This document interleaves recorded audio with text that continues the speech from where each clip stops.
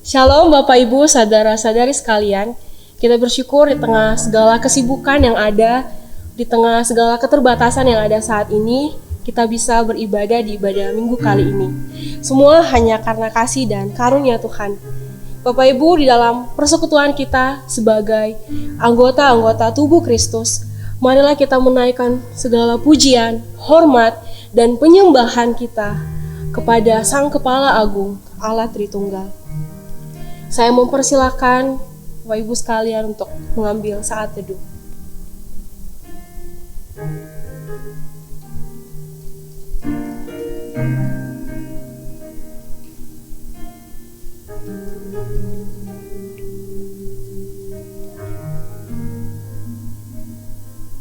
Setiap manusia telah berdosa dan kehilangan kemuliaan Allah. Dosa membuat relasi manusia dengan Allah terputus. Manusia tidak dapat berelasi dengan Allah. Manusia pantas dihukum atas setiap dosanya. Tidak ada manusia yang dengan kemampuannya sendiri dapat bebas dari dosa. Namun, kasih Allah begitu besar bagi setiap manusia. Dia mengaruniakan anaknya yang tunggal, yaitu Yesus Kristus, yang mati di kayu salib dan pada hari yang ketiga bangkit dari antara orang mati, menyelamatkan setiap orang berdosa. Syukur kepada Allah atas setiap anugerahnya. Setiap manusia pernah terhilang, jatuh bangun di dalam dosa. Setiap manusia perlu penolong yang sanggup ampuni dosa kita. Yesus Tuhan yang beda. Yesus Tuhan yang beda. Dia ampuni semua dosa. Anugerah-Mu memelukku. Anugerah-Mu pulihkanku. Anugerah-Mu bebaskanku. Bawa aku ke hidup yang baru. Anugerah-Mu layakkanku. Anugerah-Mu ubahkanku. Anugerah-Mu berkatiku. Anugerah-Mu layakkanku. Terima surga-Mu. Saya mengundang kita semua bangkit berdiri. Kita menyanyikan pujian ini. Setiap manusia pernah terhilang.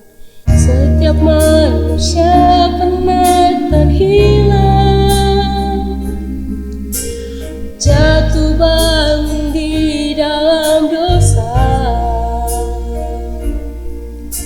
Setiap manusia perlu penolong yang sanggup ampuni dosa kita. Yesus Tuhan yang beda. Yesus Tuhan yang beda. Dia ampuni segala. Dia ampuni semua dosa. Anugerah-Mu memelukku. Anugerah-Mu pulihkanku. Anugerah-Mu bebaskanku. Bawa aku ke hidup yang baru.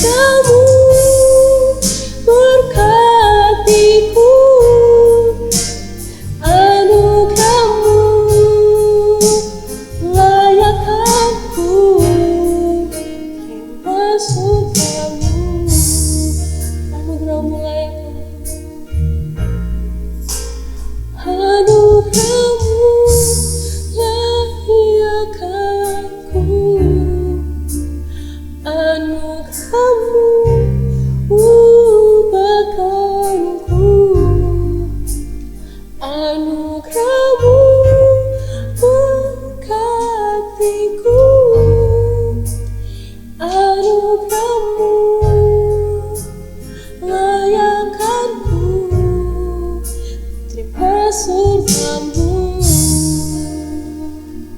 Jemaat yang dikasihi Tuhan, mari kita berdiri.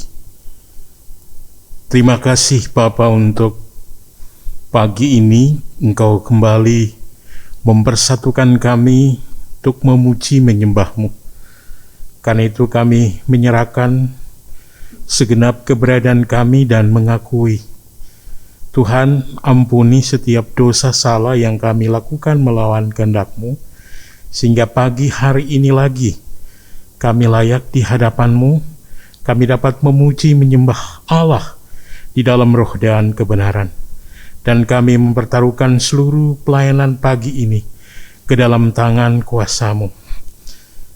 Jadilah di dalam nama Allah Bapa, Putra, dan Roh Kudus, Allah Tritunggal, menyertai dan memberkati kita sekalian. Amin. Jemaat disilakan duduk kembali. Bapak, Ibu, saudara-saudari sekalian, anugerah Tuhan dalam karyanya di kayu salib menyelamatkan dan melayakkan setiap kita, orang berdosa yang percaya kepadanya, untuk bersekutu dengan Allah. Anugerah itu pula yang mengajak kita dan menyatukan kita, orang-orang percaya, untuk bersekutu bersama dalam satu persekutuan di dalam Kristus. Saya mengajak kita semua untuk kembali berdiri. Mari kita berikan senyum terbaik kita di keluarga kita, di samping, kiri, dan kanan kita. Beri senyum terbaik kita sambil kita menyanyikan satu pujian dengan sukacita. Hari ini kurasa bahagia. Kita bersuka cita dan kita berbahagia karena kita tahu Tuhan Yesus mempersatukan kita tanpa memandang di antara kita.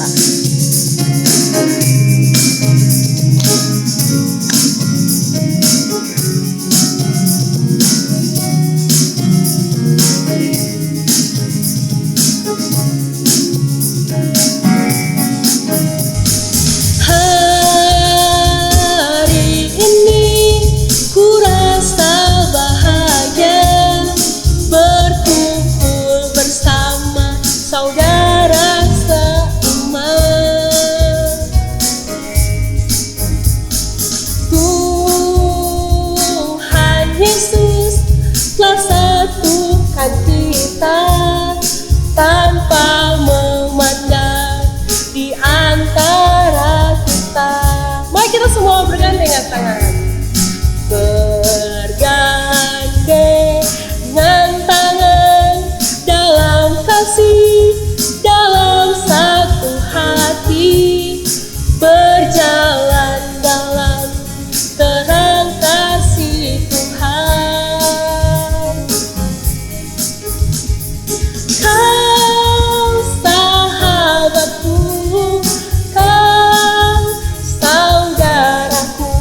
Tiada yang dapat memisahkan kita. Oh, oh, kau sahabatku, kau saudaraku. Tiada yang dapat memisahkan kita. Mari kita nyanyikan, satukanlah hati kami. Satukanlah hati kami untuk memuji dan menyembah, oh Yesus, Tuhan dan Rajaku. Eratkanlah tali kasih antara kami semua, oh Yesus, Tuhan dan Rajaku. Bergandengan tangan, bergandengan tangan dalam satu kasih, bergandengan tangan dalam satu iman, saling mengasihi di antara kami, keluarga kerajaan Allah. Bergandengan tangan, bergandengan tangan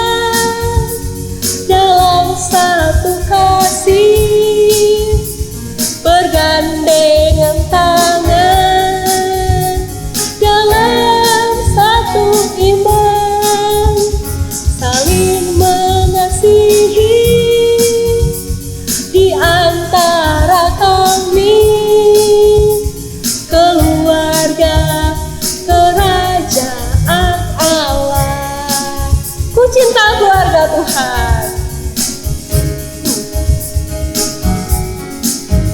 Ku cinta keluarga Tuhan, keluarga Tuhan terjalin mesra sekali, mesra sekali. Semua saling mengasihi, betapa senang ku menjadi keluarganya Tuhan. Ku cinta keluarga Tuhan. Ku cinta keluarga Tuhan, keluarga Tuhan terjalin mesra sekali, mesra sekali.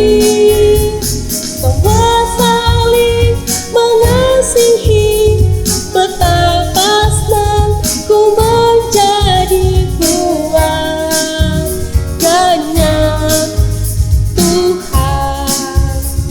Ku kasihi kau dengan kasih Tuhan. Ku kasihi kau dengan kasih Tuhan. Ku kasihi kau dengan kasih Tuhan. Kulihat di wajahmu, kulihat di wajahmu kemuliaan Raja. Ku kasihi kau dengan kasih Tuhan. Ku kasihi kau dengan kasih Tuhan.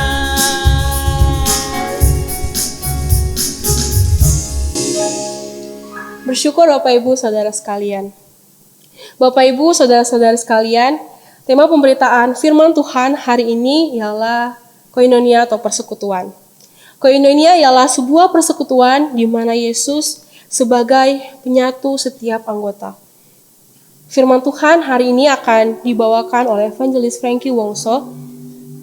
Seperti rusa yang haus, yang merindukan aliran sungai, kiranya hati kita rindu untuk dipuaskan oleh kebenaran firman Tuhan.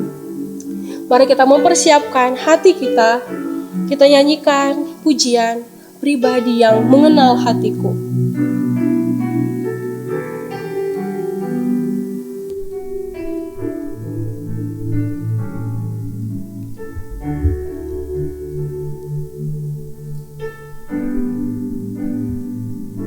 Seperti rusa yang haus, rindu aliran sungaimu.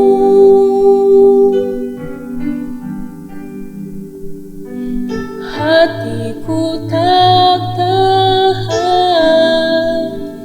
menunggumu bagai tanah gersang. Bagai tanah gersang menanti datangnya hujan, begitu pun jiwaku Tuhan, hanya Engkau, hanya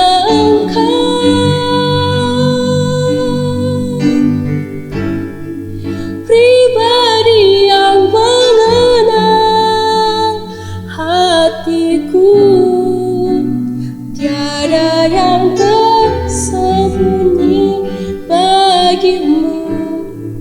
Suruh isi hati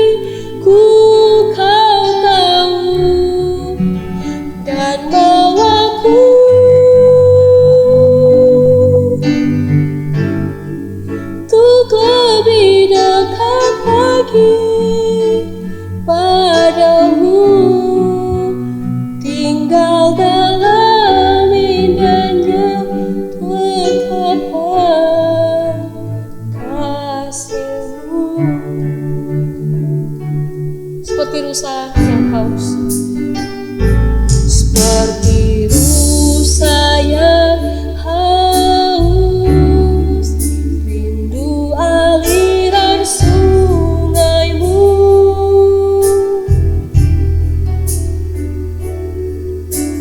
Hatiku tak tahan menunggu bagai tanah gersang.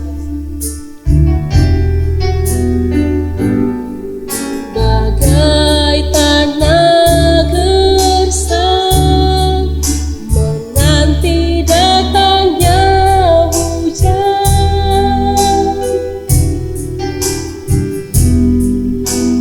Begitupun jiwaku, Tuhan hanya Engkau.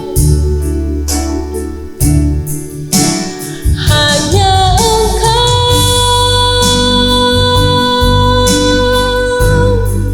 pribadi yang mengenal hatiku. Tiada yang tersembunyi bagimu. Seluruh isi hatiku Kau tahu, dan bawaku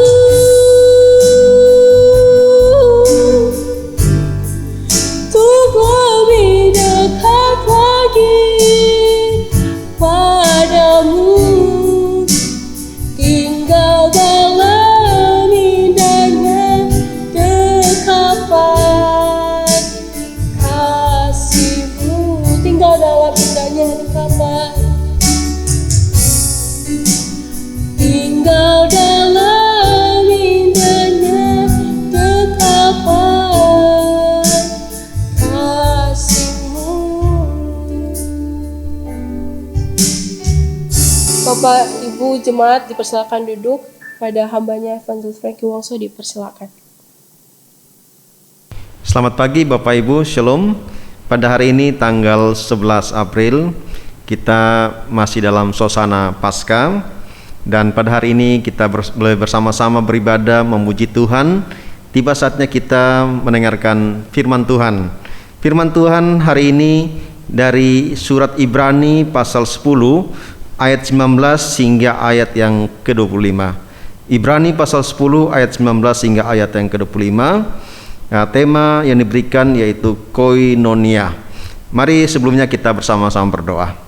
Tuhan Yesus, kami bersama-sama berdoa mengucap syukur atas pimpinan Tuhan dalam kehidupan kami hari lepas hari hingga saat ini.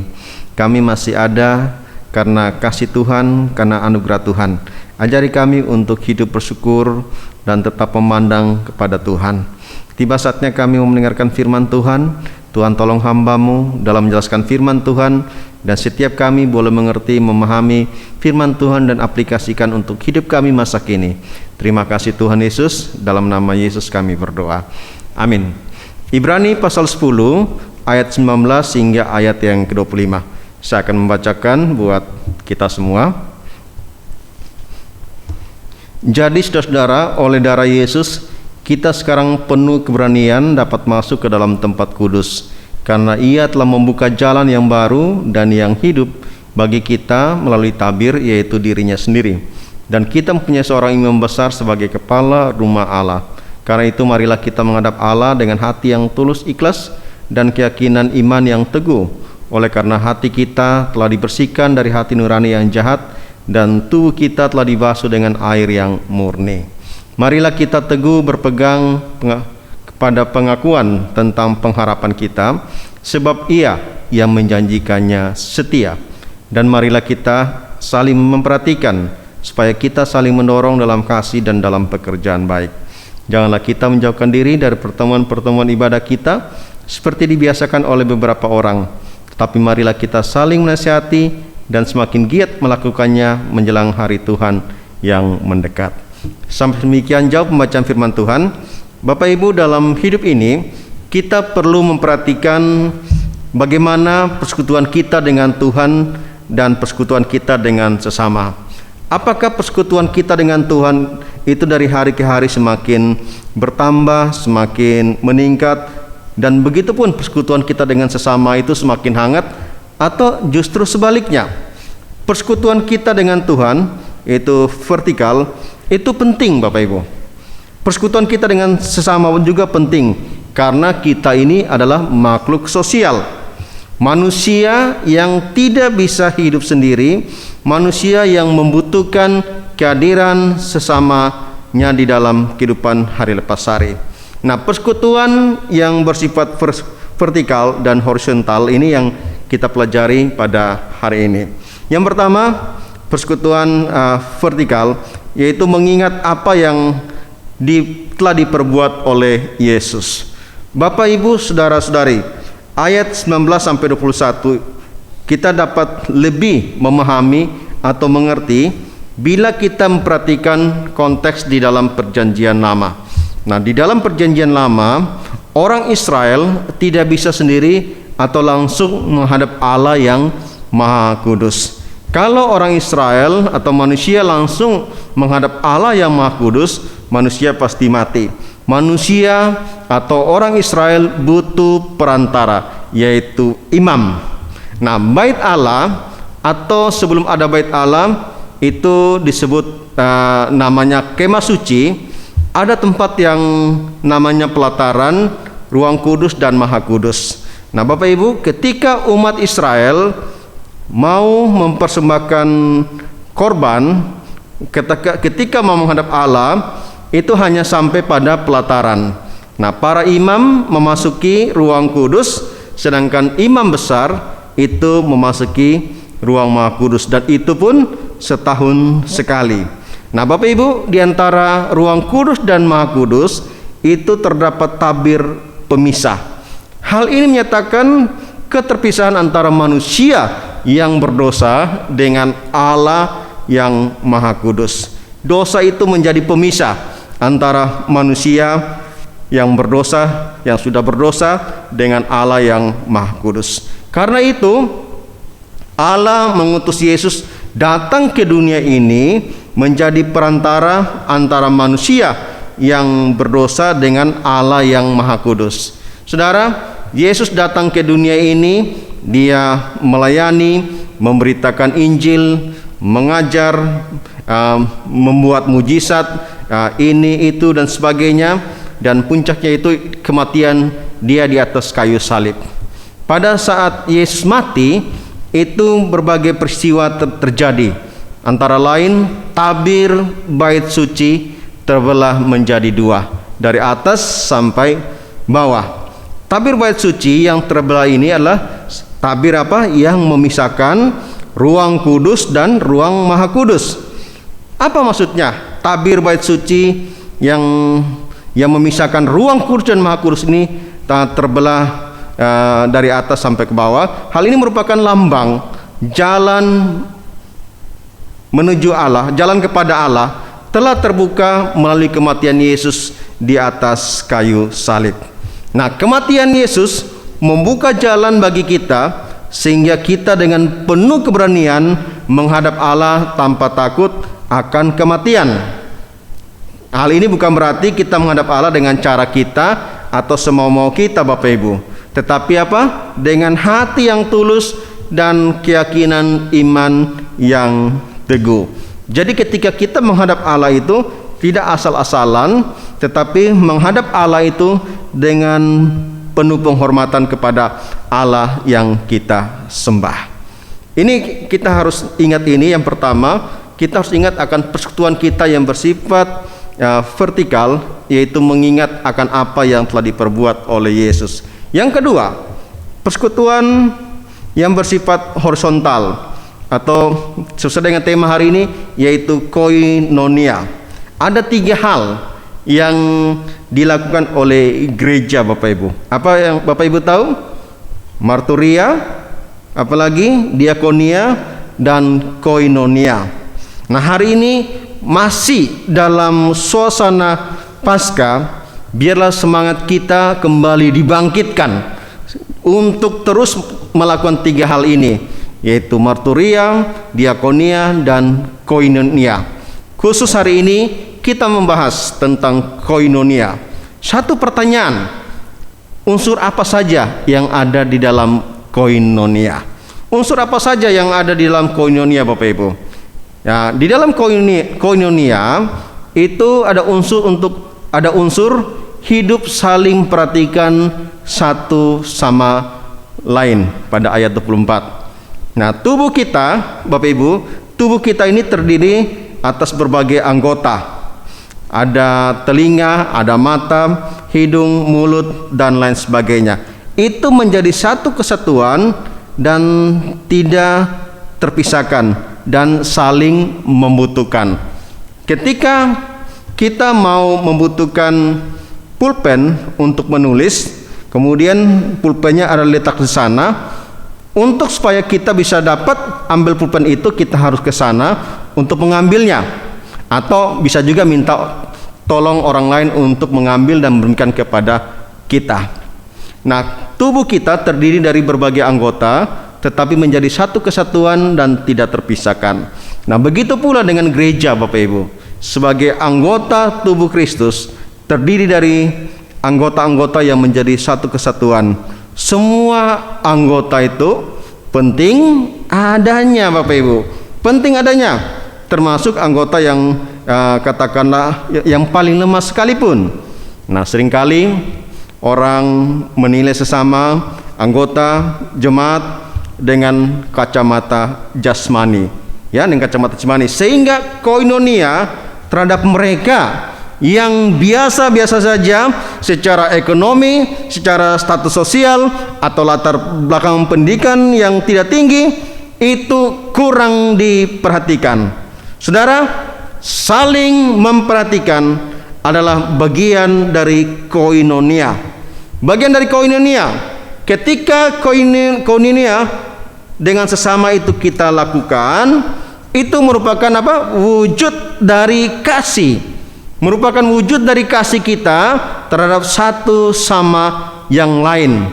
Dan itu dilakukan tidak boleh membedakan suku, status sosial, ekonomi, latar belakang pendidikan, dan lain sebagainya. Bapak Ibu, mengapa kita harus memperhatikan sesama kita? Ya, karena salah satu alasannya karena kita adalah sesama anggota tubuh Kristus, satu anggota tubuh Kristus. Maka kita harus saling memperhatikan. Supaya apa?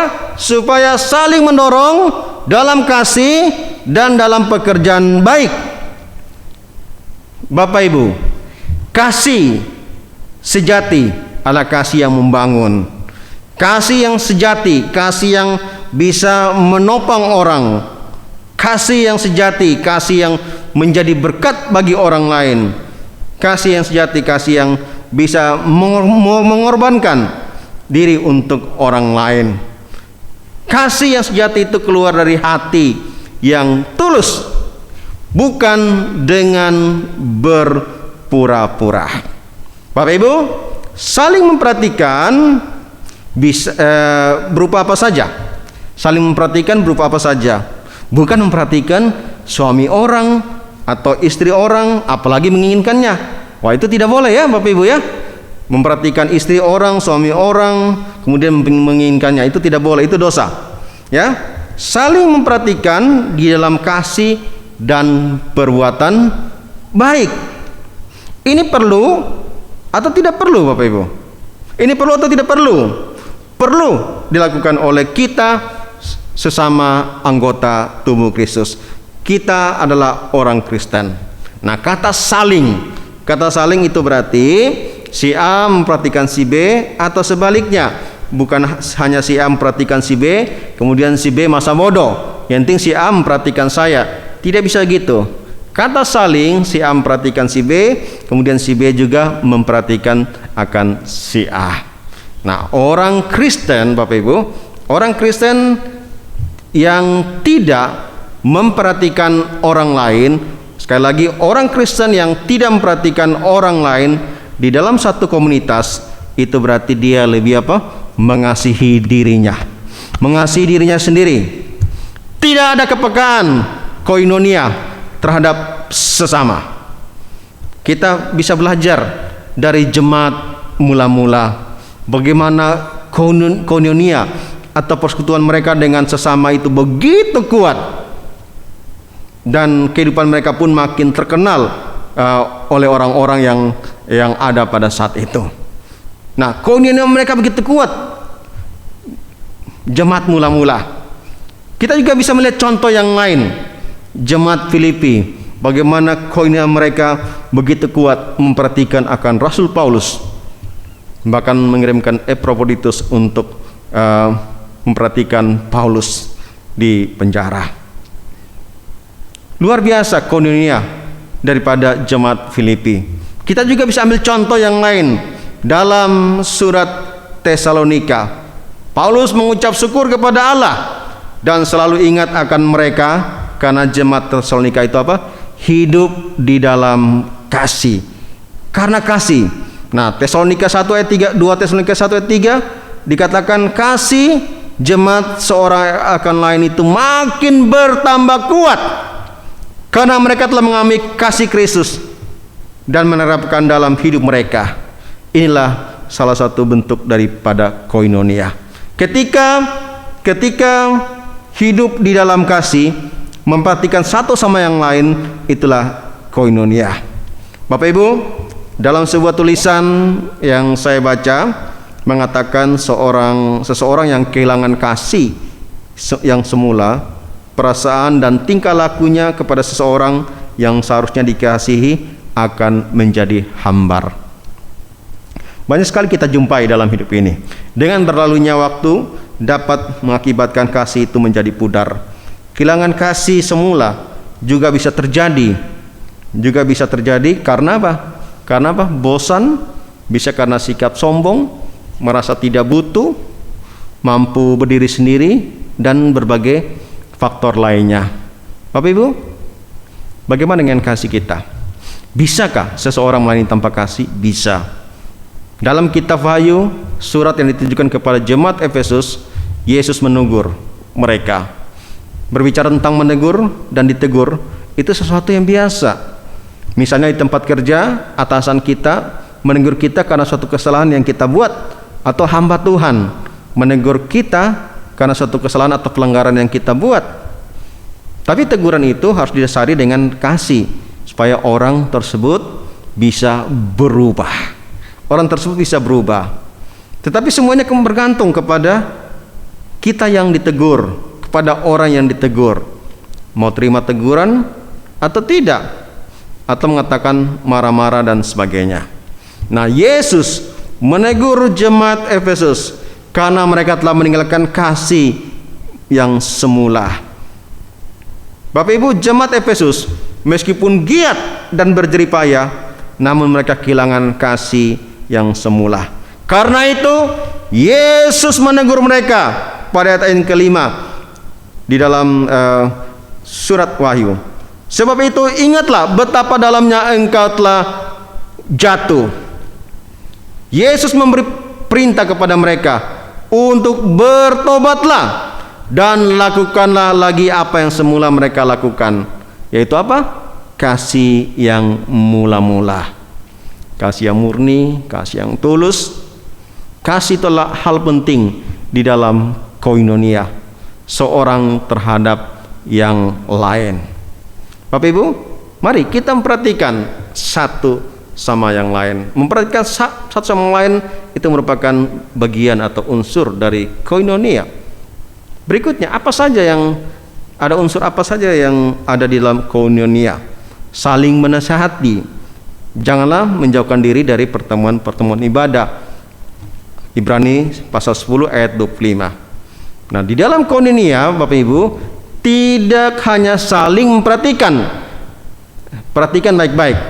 Di dalam koinonia tidak hanya saling memperhatikan, tetapi juga ada unsur saling menasihati sesama untuk tetap memandang atau memiliki persekutuan yang bersifat vertikal. Kita ketemu, kemudian ataupun kita ketemu orang-orang yang kita kenal, kita ingatkan, kita saling menasihati. Saudara, Bapak Ibu, ingat persekutuan kita bukan hanya bersifat horizontal, tapi ingat akan Tuhan, persekutuan yang bersifat vertikal. Pada ayat 25 dikatakan, penulis Ibrani mengatakan agar apa? Jangan menjauhkan diri dari pertemuan-pertemuan ibadah seperti dibiasakan oleh beberapa orang, tetapi marilah kita saling menasihati dan semakin giat melakukannya menjelang hari Tuhan yang mendekat. Nah, Bapak Ibu, rupanya ada orang-orang yang menjauhkan diri dari pertemuan ibadah. Pada zaman sekarang ini banyak orang Kristen yang menjauhkan diri dari pertemuan-pertemuan ibadah. Orang bisa menjauhkan diri karena banyak hal atau banyak faktor. Apa saja Bapak Ibu? Antara lain apa? Karena ada masalah atau kesulitan hidup. Saudara, setiap orang dunia pasti pernah mengalami masalah kesulitan hidup. Ketika ada masalah kesulitan hidup dalam hidupnya, berdoa kepada Tuhan, Tuhan Yesus tolong. Tapi ketika Tuhan Yesus belum jawab doanya, dia melihat orang lain, membandingkan dirinya dengan orang lain. Tuhan, kenapa kehidupannya lebih baik dari saya? Kan sama-sama saya ini sama-sama dengan dia orang yang percaya kepada Tuhan, percaya kepada Kristus. Kenapa kehidupan dia lebih baik daripada saya? Nah, bertanya terus, membandingkan diri dengan orang lain, akhirnya lama-lama mulai menjauhkan diri dari pertemuan ibadah. Untuk apa saya datang beribadah? Untuk apa saya berdoa? Kalau datang ibadah pun masih dihitung. Ketika ada kesulitan atau masalah hidup, bisa membuat orang menjauhkan diri dari pertemuan ibadah. Faktor berikutnya apa yang bisa membuat seseorang menjauhkan diri dari pertemuan ibadah? Yaitu demi uang. Kita semua butuh uang, Bapak Ibu, kan? Ya, kita semua butuh uang. Tapi uang bukan segala-galanya. Ada satu jemaat di satu gereja yang pernah saya layani, dia bilang, contoh, saya bersama suami komitmen berjanji di hadapan Tuhan, jikalau saya mendapat tempat di pinggir jalan untuk membuka toko saya hari Minggu tidak akan buka toko. Berdoa kepada Tuhan, kemudian Tuhan jawab, betul dapat tempat di pinggir jalan, kemudian buka toko, tapi pada hari Minggu toko mereka tutup. Kemudian fokus kepada Tuhan. Ada orang Kristen yang terus bekerja, berusaha sepanjang minggu, bahkan tidak siapkan waktu untuk beribadah. Apakah ini namanya kemalasan? Ada berbagai macam kemalasan. Ada kemalasan belajar, misalnya gini, seorang anak malas belajar. Di Singkawang, saya ajarin salah satu murid SD untuk membaca. Saya ke rumahnya. Awalnya beberapa menit anak ini semangat untuk belajar. Wih, ada Pak Guru yang datang ya, ajarin membaca gitu ya. Orang tuanya juga senang. Berapa menit semangat belajar. Semangat untuk belajar untuk membaca. Tapi setelah itu nangis dia. Loh, saya pikir apa nih, saya salah apa kok sampai nangis ini anak. Kemudian dia ngomong dalam bahasa Hakka atau bahasa ke bapaknya, katanya capek. Hah? Pak, baru berapa menit sudah capek? Bagaimana bisa maju kalau memang begitu modelnya gitu? Capek, nangis dia. Papanya angkat kayu kecil kemudian pukul, pok. Saya bilang, sudah Pak, mungkin memang dia lagi capek. Nanti lain kali aja saya datang ke rumah untuk ajarin anak Bapak. Nah, saudara, ada juga yang kemalasan bekerja. Kemalasan bekerja bisa juga mendatangkan kemiskinan, seperti di dalam kata dalam penulis Amsal. Ada juga kemalasan rohani yang saya katakan tadi. Bagaimana kemalasan rohani ini? Bukan kemalasan rohani juga terjadi pada banyak orang Kristen, dan itu juga bisa terjadi pada setiap kita, jemaat GKI Pos Tanjung Bunga. Begitu juga banyak orang yang malas beribadah atau tidak peduli kepada hal-hal rohani. Kemalasan rohani itu adalah suatu ketidakpedulian terhadap hal-hal rohani. Dulu saya pernah praktek 2 bulan di satu gereja. Saya diajak visitasi oleh gembala pos atau cabang. Besok jemaat, visitasi jemaat yang sudah lama tidak datang beribadah. Ketika sudah tiba di rumahnya, gembala itu memperkenalkan, "Bu, ini mahasiswa praktek 2 bulan. Ini praktek 2 bulan." Setelah itu dia lanjut bincang-bincang dan bertanya kenapa sudah lama tidak datang ibadah. Apa jawab ibu tersebut? "Om, iya nih, minggu sibuk di pasar, toko rame. Nah, kemudian sekarang lagi urus rumah baru, Om. Nanti aja Om ya. Nanti kalau sudah beres semua, rumah ini sudah selesai, beres, sudah selesai, saya akan cari waktu untuk datang beribadah."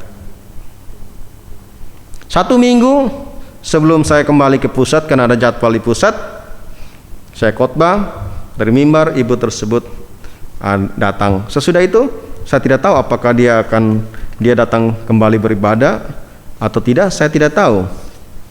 Bapak Ibu, banyak orang yang kemalasan rohani itu melanda banyak orang Kristen, baik itu wanita, baik itu laki-laki atau anak-anak.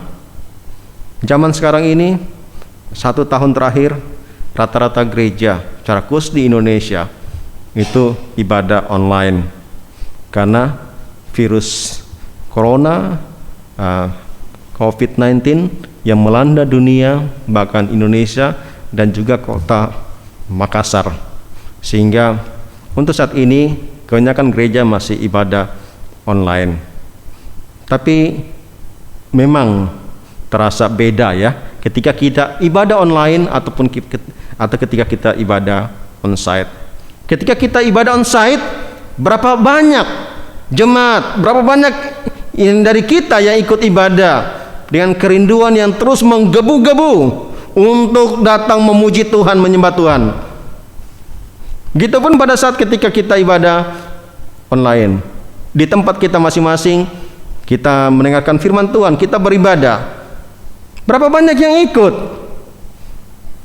Berapa banyak yang ikut? Sudah ibadah dari rumah pun masih banyak yang tidak siapkan waktu untuk beribadah. Apakah ini juga termasuk kemalasan rohani? Berapa waktu lalu ada jemaat di pusat yang bertanya, "Contoh Pak, kapan bisa ibadah di gereja lagi?" Saya bilang, "Tunggu kabar dari majelis. Kalau sudah waktunya ibadah onsite, kita akan ibadah onsite dan akan disampaikan kepada Bapak Ibu, kepada jemaat sekalian."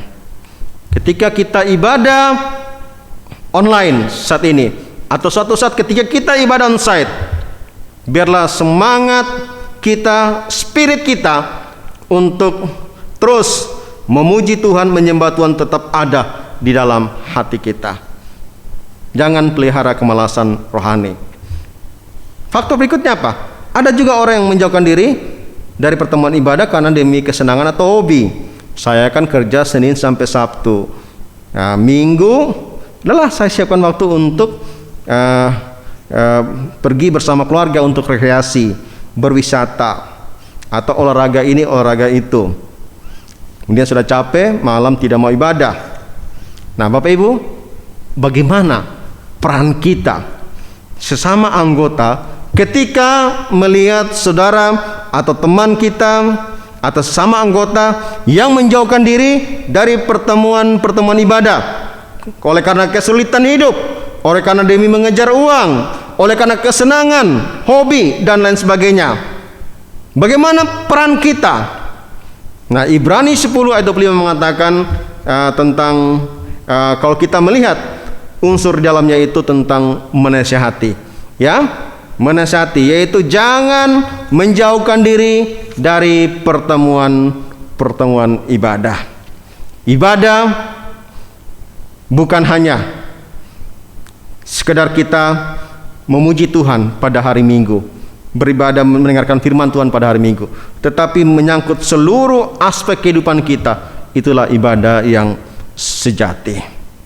Ada orang Kristen yang beribadah pada saat hanya terbatas lahiriah saja, supaya kelihatan di depan pendeta boksu, pengincontau, pengurus majelis bahwa dia sedang ibadah.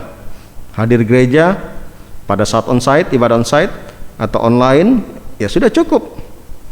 Ibadah bukan hanya sekedar kita berada di satu tempat, tapi ibadah itu menyangkut seluruh aspek kehidupan kita. Muncul satu pertanyaan Bapak Ibu, mengapa kita harus beribadah dan semakin giat melakukannya? Di antaranya karena bersyukur atas apa yang dilakukan oleh Yesus di atas kayu salib.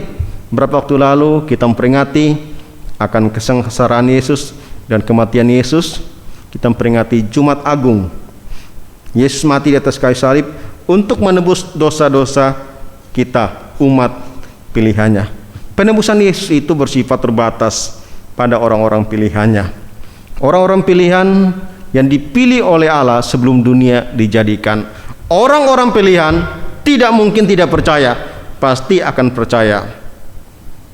Mengingat apa yang dibuat Yesus bagi kita, maka sebagai wujud ucapan syukur kita adalah kita beribadah. Mengapa kita harus beribadah? Bersyukur atas kebaikan Tuhan dan pemeliharaan Tuhan. Bukan karena harta materi yang kita miliki Bapak Ibu, tetapi karena kebaikan Tuhan, karena pemeliharaan Tuhan, karena anugerah Tuhan, maka kita harus beribadah kepada Dia. Mengapa kita harus beribadah kepada Tuhan? Karena hari Tuhan itu semakin mendekat. Berbicara tentang hari Tuhan, salah satu maknanya berbicara tentang kedatangan Yesus yang kedua kali. Yesus akan datang yang kedua kalinya, dan itu pasti. Hanya kita tidak tahu kapan waktu Yesus datang yang kedua kalinya. Yang harus kita lakukan sebagai orang-orang percaya, bagaimana kita hidup sesuai dengan kehendak daripada Tuhan. Di dalam koinonia ada unsur saling menasihati satu sama yang lain. Saudara, Bapak Ibu, ingat akan hari Tuhan yang semakin mendekat. Jadi koinonia itu bukan hanya sekedar memperhatikan orang lain, tapi juga ada unsur saling menasihati, sehingga setiap kita itu terus memandang akan Tuhan, mempunyai hubungan yang bersifat vertikal, yaitu hubungan yang semakin dekat dengan Tuhan. Bapak Ibu Saudara sekalian, firman Tuhan yang kita pelajari hari ini mengingatkan kita tentang persekutuan kita yang bersifat vertikal dan horizontal. Bersifat vertikal, kita diingatkan akan apa yang diperbuat oleh Yesus bagi kita, dan bagaimana kita menghadap Allah dengan hati yang tulus, ikhlas, dan keyakinan iman yang teguh. Koinonia yang bersifat atau persekutuan horizontal. Di dalam koinonia atau yang bersifat horizontal ini, bukan hanya kita memperhatikan satu sama yang lain, tetapi juga ada unsur saling menasihati sesama untuk hidup sesuai dengan kehendak daripada Tuhan. Nah Bapak Ibu, bagaimana dengan kita Jemaat Pos PI Tanjung Bunga? Mari kita bukan hanya sekedar mendengarkan firman Tuhan, tapi marilah kita melakukan firman Tuhan dalam kehidupan kita hari lepas hari. Biarlah firman Tuhan ini terus kita ingat, dan Roh Kudus mampukan kita untuk kita melakukannya. Amin. Mari kita berdoa. Tuhan Yesus, kami naikkan syukur, kami boleh belajar firman Tuhan. Tuhan tolong kami sehingga firman Tuhan yang kami dengarkan pada hari ini tidak berlalu begitu saja. Tidak hanya kami dengar, tapi kami sungguh-sungguh melakukan firman Tuhan. Ada persekutuan yang bersifat vertikal, persekutuan kami dengan Tuhan dari hari ke hari biarlah semakin bertambah, dan juga persekutuan kami dengan sesama, koinonia kami dengan sesama kami, memperhatikan satu sama yang lain dan saling menasihati satu sama yang lain untuk tetap hidup di dalam kehendak Tuhan. Terima kasih Tuhan, Tuhan berkati Pendeta Jones bersama Semu dan juga anak-anak bersama pengurus dan jemaat Tanjung Bunga, sehingga terus bertumbuh di dalam mengasihi akan Tuhan, dan Pos P ini terus bertumbuh, berkembang dari waktu ke waktu. Terima kasih Tuhan Yesus, dalam nama Yesus kami berdoa. Amin. Bersyukur untuk kebenaran firman Tuhan yang telah disampaikan oleh hambanya. Sekarang kita sama-sama akan memberikan persembahan syukur kita. Bapak, Ibu, Saudara-saudari sekalian bisa memberikan persembahan lewat nomor rekening yang tertera di layar kaca Bapak, Ibu, Saudara sekalian, atau dapat mengantarnya langsung kepada badan pengurus maupun pastori. Sambil memberikan persembahan syukur kita, saya mengajak kita semua menyanyikan pujian Engkau Baik.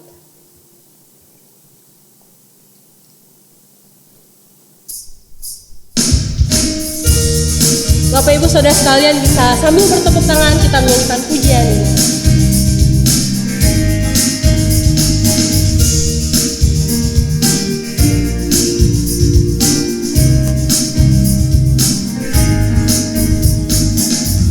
Dengan hati bersyukur masuk di hadirat-Mu, membawa pujian bagi-Mu Yesusku. Ku memandang wajah-Mu, bersuka di depan-Mu, sambil menceritakan kasih-Mu.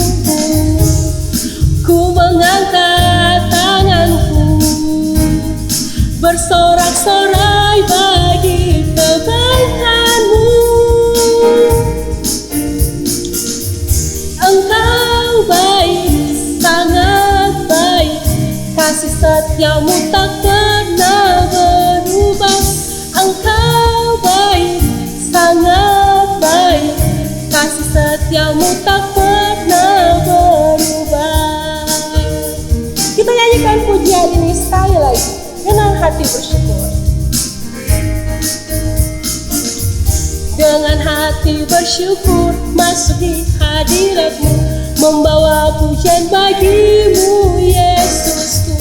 Ku memandang wajah-Mu, bersuka di depan-Mu, sambil menceritakan kasih-Mu. Ku mengangkat tanganku, bersorak-sorai bagi kebaikan-Mu. Engkau baik, sangat baik, kasih setia-Mu tak pernah berubah. Engkau baik, sangat baik, kasih setia-Mu tak pernah berubah. Engkau baik, sangat baik, kasih setia-Mu tak pernah berubah. Engkau baik, sangat baik, kasih setia-Mu tak pernah berubah.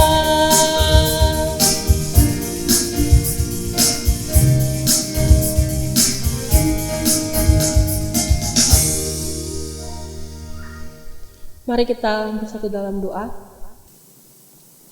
Bapa, kami mengucap syukur untuk setiap kasih setia-Mu, anugerah-Mu yang tidak pernah berhenti dalam kehidupan kami. Kami bersyukur di pagi hari yang indah ini, di tempat kami masing-masing, kami boleh sama-sama beribadah, bersekutu, mendengarkan kebenaran firman Tuhan. Dan kami juga bersyukur Bapa, bahwa di kesempatan kali ini kami boleh memberikan persembahan syukur kami. Kiranya Tuhan Engkau boleh menerima, memberkati setiap persembahan yang kami berikan.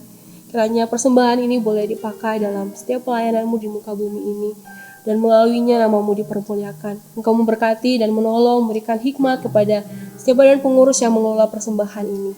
Kami mengucap syukur ya Bapa. Di dalam nama Tuhan Yesus kami berdoa menyerahkan persembahan kami. Haleluya, amin.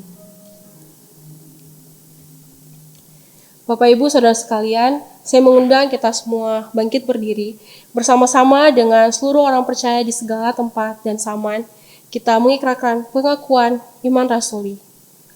Dan masing-masing kita berkata, Aku percaya kepada Allah, Bapa yang Maha Kuasa, Khalik langit dan bumi, dan kepada Yesus Kristus, Anaknya yang tunggal Tuhan kita, yang dikandung daripada Roh Kudus, lahir dari anak darah Maria, yang menderita sengsara di bawah pemerintahan Pontius Pilatus, disalibkan, mati dan dikuburkan, turun dalam kerajaan maut, pada hari yang ketiga, bangkit pula dari antara orang mati, naik ke sorga, duduk di sebelah kanan Allah, Bapa yang Maha Kuasa.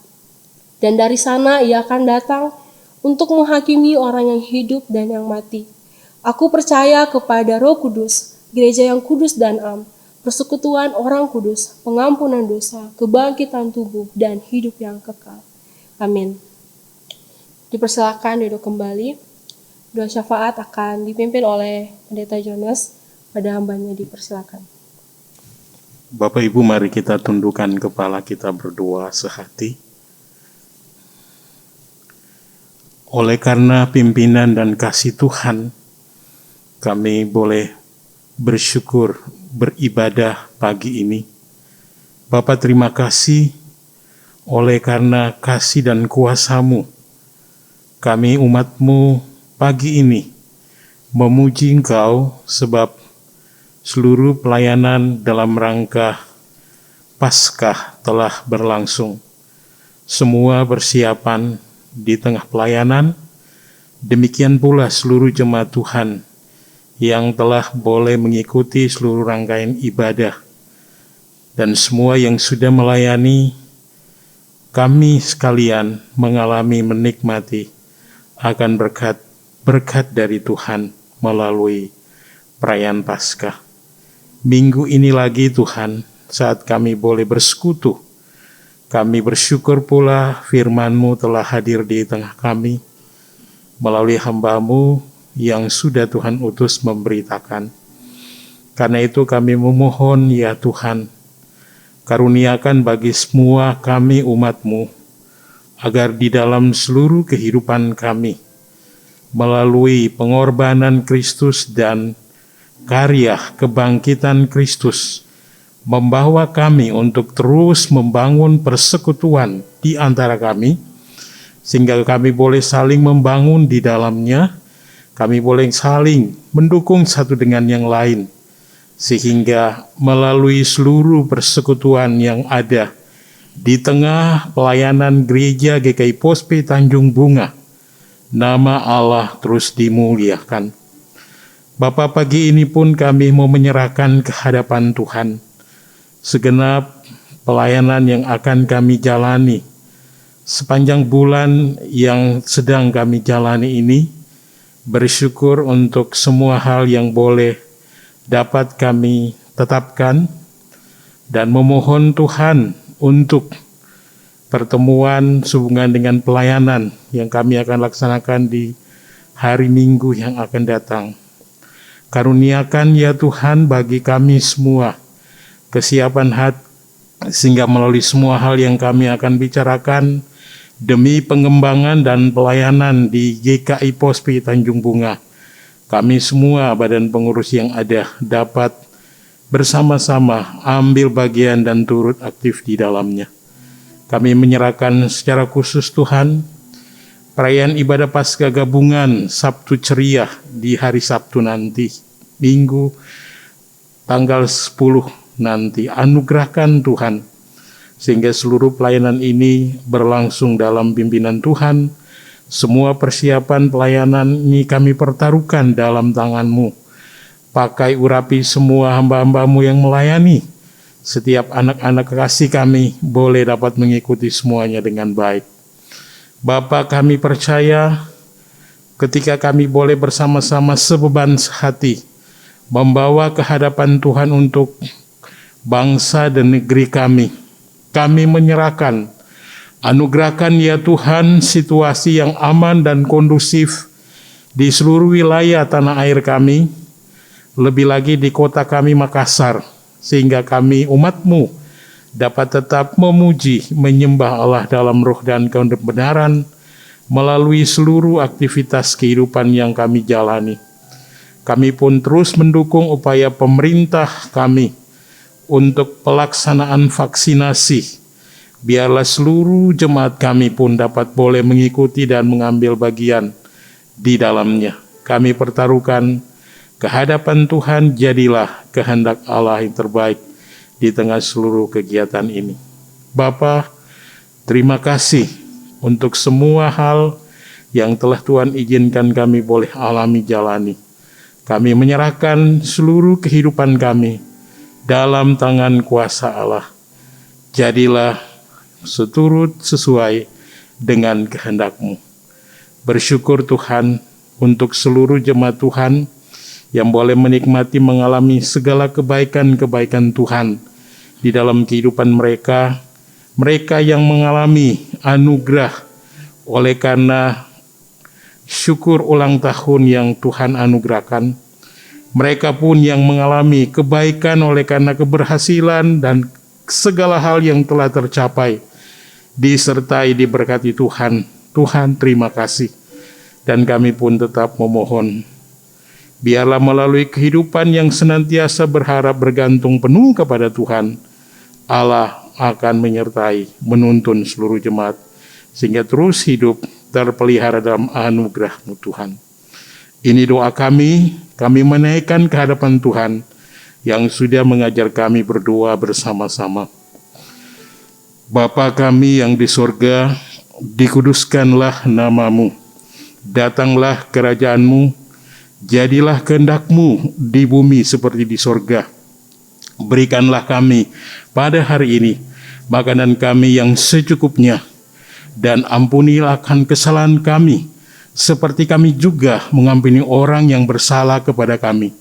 Dan janganlah membawa kami ke dalam pencobaan, tetapi lepaskan kami daripada yang jahat, karena Engkaulah yang mempunyai kerajaan dan kuasa dan kemuliaan sampai selama-lamanya.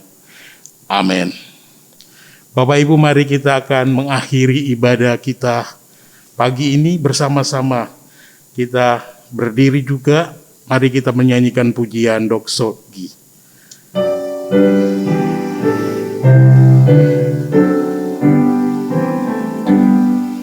Puji Allah Bapa Putra, puji Allah Roh Kudus, ketiganya yang esa. Pohon selamat, sumber berkat. Amin.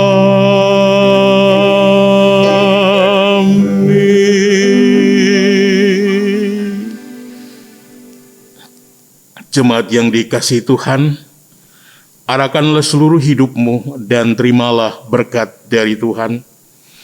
Tuhan memberkati engkau dan melindungi engkau. Tuhan menyinari engkau dengan wajah-Nya dan memberi engkau kasih karunia. Tuhan menghadapkan wajah-Nya kepadamu dan memberi engkau damai sejahtera dari saat ini sampai selama-lamanya. Amin. Amin.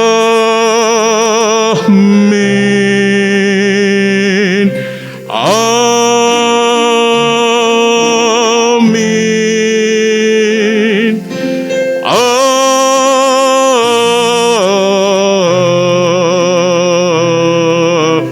Amin.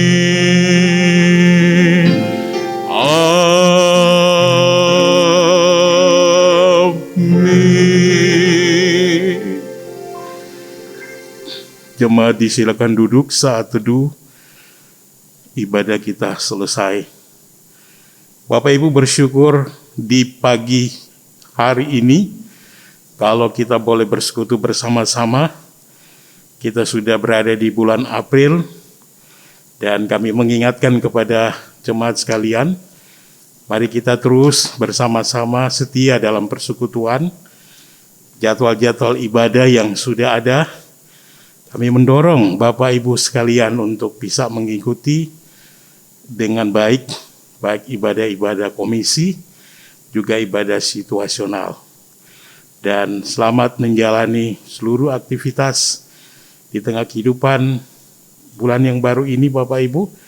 Dan pada kesempatan ini mengucapkan terima kasih bagi penginjil Frankie Wongso yang sudah melayani, dan semua Bapak Ibu yang sudah turut ambil bagian dalam pelayanan hari ini. Tuhan Yesus memberkati. Terima kasih.